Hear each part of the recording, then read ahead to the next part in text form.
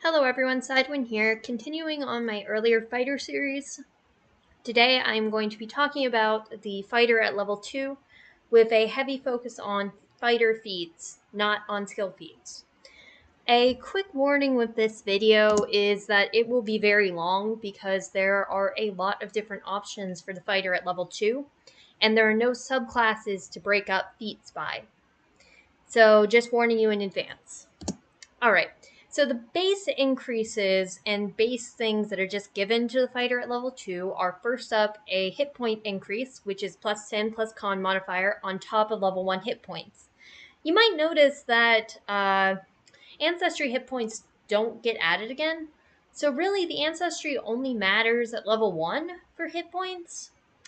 So just make a note of that whenever you're building a fighter. And you'll probably notice this when I go into the fighter builds video a little later. So then, the other things given are a fighter feat and a skill feat.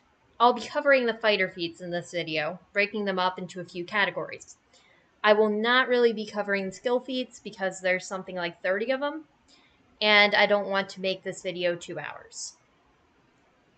Alright, so I'm starting with the shield feats. These feats require you to use a shield, and usually also a melee weapon is the most common build. However, you can, using some Knights of Lastwall feats, create a build that just uses a shield. So the first one is Aggressive Block. This is a free action feat that functions as an extension to Shield Block. Essentially, if you counter a creature with Shield Block and it is your size or smaller, then it chooses to be off guard or shoved. If it can't be shoved, it gets off guard. Off guard provides an AC penalty and may enable some allies to use precision damage. So it's a good team ability. Devoted Guardian works much the same in terms of team ability, but it does something a little different. What it requires is that your last action must be Raise Shield. It is also an action. So if you're using Raise Shield and then Devoted Guardian, you only have one action left at the start of your turn. However, this can still be useful because you might be wanting to protect an ally certain turns, and other turns you might not. Essentially, what it does is let you provide plus 1 AC to an ally who's beside you. If you're using a tower shield, this increases to a plus 2. However, tower shields have other advantages and disadvantages, so don't just pick one up because you think, oh, 2 AC is better than 1. There's a disadvantage to it as well. Now, next up are the free hand feats. Free hand builds require you to have one hand not holding a weapon, and then the other hand typically holds a weapon. In some cases, you might be using a gauntlet. However, you might note that some feats in this list, in the later sections, require you to be holding a weapon, and sometimes those can be useful for free hand builds. Sometimes, certain weapons do not count as free hands. So the first of these is Combat Grab. It's a press action, meaning that you must have multi-attack penalty whenever you use it. So essentially it must be your second or third action. Then it allows you to grab the target on a successful melee strike. Note the melee strike. You can't do this at range. So unless you're in melee, it doesn't work. The second one is Dueling Parry. It is a one-action ability that functions as a shield block without a shield. It gives you plus 2 to AC. So basically, it's a very simple thing that just adds on top and is a good one to pick if you're doing a freehand build and have nothing else to pick. And it can also increase survivability quite extensively, especially if you're using other things that might make it so that you have low AC. For instance, low dexterity and low money, or anything like that. Then, these are the feats available for ranged characters. The first one, Assisting Shot, is also a press, requires multi-attack penalty. With Assisting Shot, you make a ranged strike against a foe. Whenever you hit your target, the next person to attack that target gains plus 1 to hit. On a crit, it's a plus 2. As long as that attack is made before the start of your next turn. So essentially, let's say that you have two characters, an archer and a melee fighter, and you're fighting a goblin. If the ranged fighter shoots the goblin, and hits using assisting shot, then the goblin is injured by the damage from the shot, and the melee fighter on his turn can then have +1 to hit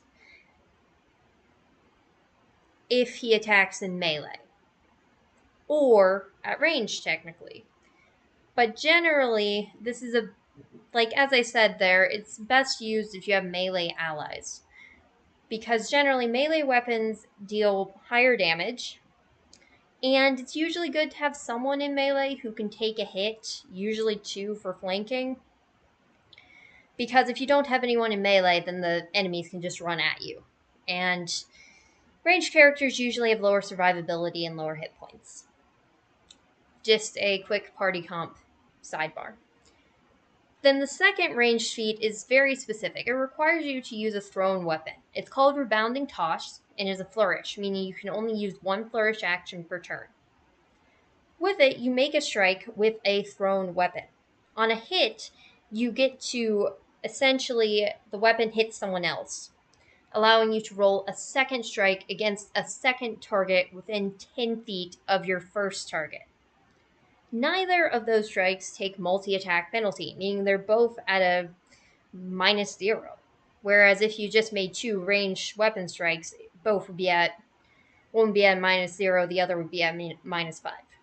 However, after both these strikes are made, you are at -10 multi-attack penalty. So always remember that. And technically, if you do it as your second and third action, you're at -5 for both. It just doesn't increase in between the two, which can make it useful to essentially just get a little bit extra out of your thrown weapon attack. Now I'm going to talk about the 1 two-handed weapon specific feat. It's called Brutus Shove and is a press. Again, must be your second or third action. And it requires you to be wielding a two-handed melee weapon. So for instance, a polearm or a greatsword. It doesn't work unless you have one of those. Its ability is essentially you make a strike. On a hit, if the target is your size or smaller, so it's better on bigger characters, basically. If you have a medium-sized character, it can be medium or below. If you have a small-sized character, small or below. In general, you can see that two-handed weapon feats are usually slanted a little bit more towards bigger characters. With exceptions. Like, you can always make it work, but one thing to keep in mind for this feat and a few others. Then, if you hit that target, then you can shove it. And any movement you make to follow the target does not provoke reactions, so no attacks of opportunity or other disruptions. And then the target also gets off guard, which is -2 AC. On a failure, you still apply the off guard, you just don't shove them. So essentially, it lets you reposition a foe and give a bonus to other melee allies. Say, again, precision damage or a crit, because crits can be done without rolling a natural 20 in Pathfinder. It's just 10 above the DC. So if that DC is too lower, then you basically have a plus 10% chance. Now, the feats that are melee specific, but not weapon specific, except in one case, because I wasn't sure how to classify it. So the first one is Blade Break. It is a manipulate action, meaning it can provoke attacks of opportunity and potentially other actions. It just depends. It's a reaction that is triggered by someone attempting to force you to move. If you would move under 20 feet due to that forced movement, you only move 5 feet. If you would move less than 20 feet due to that action, then you have no movement. Basically, it lets you avoid being moved around by enemies, which can be a blessing or it could be a curse, although you can always choose not to use it. It is a reaction, so you cannot also use an attack of opportunity on that turn. You only have one reaction. The second one is Dragon Strike. It is a press action. Again, must be under multi-attack penalty, so action 2 or free.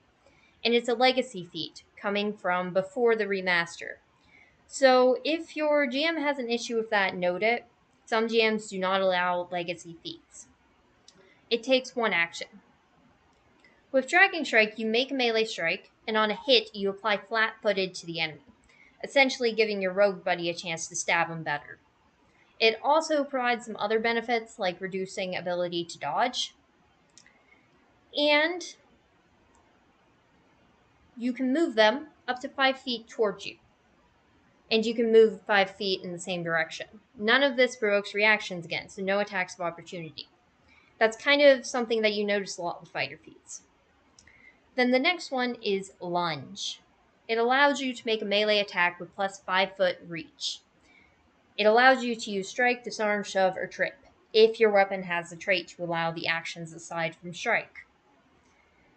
And really, if you're going to be doing it a lot, it frequently makes more sense to use a polearm.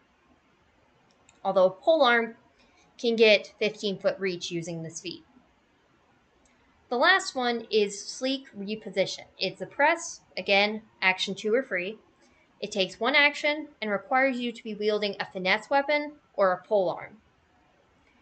So some samples of finesse weapons are things like whips, rapiers, and short swords. Basically, things that are stereotypically rogue-type weapons. You can go on Archives of Nessus and filter to find only weapons with that trait.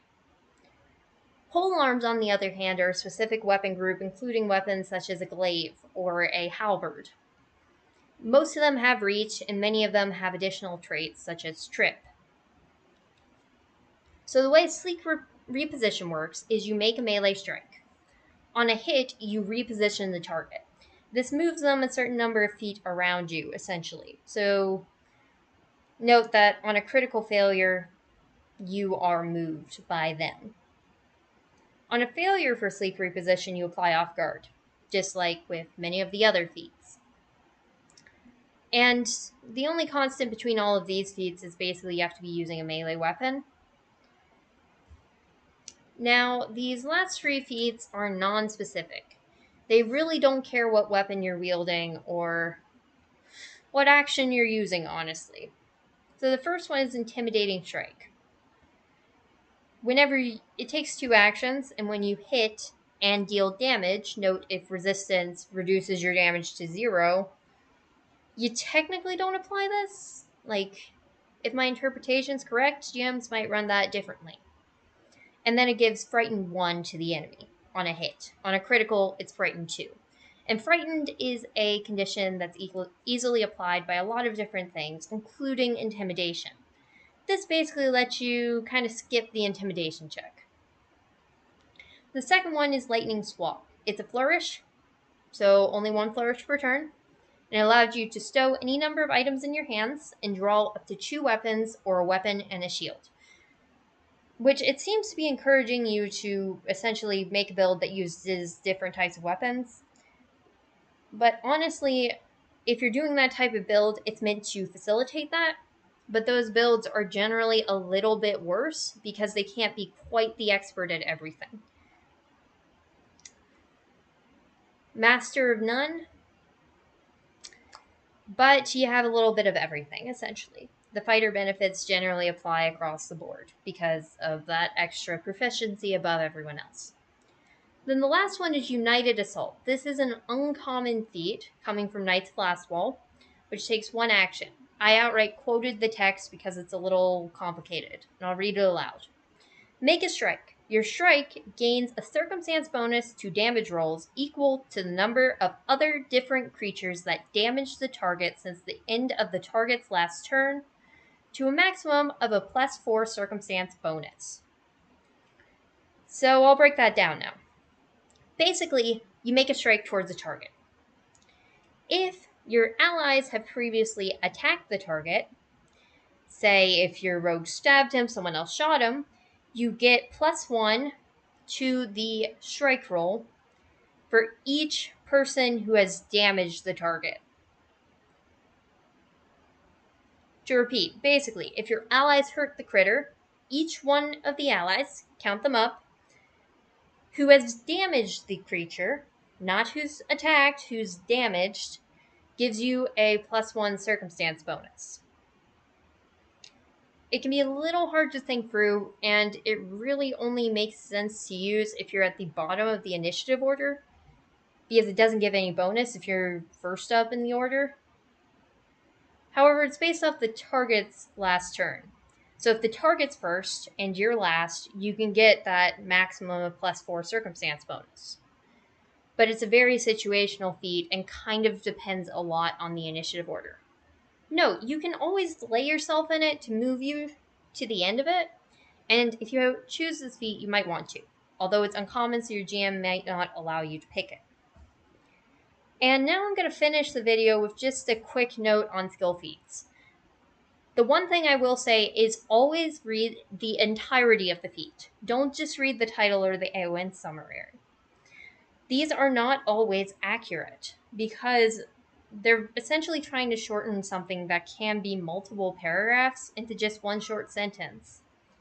And the titles can also sometimes be a little deceptive depending on how you interpret the title. Thank you for watching. I hope this was helpful. I will see you in the future.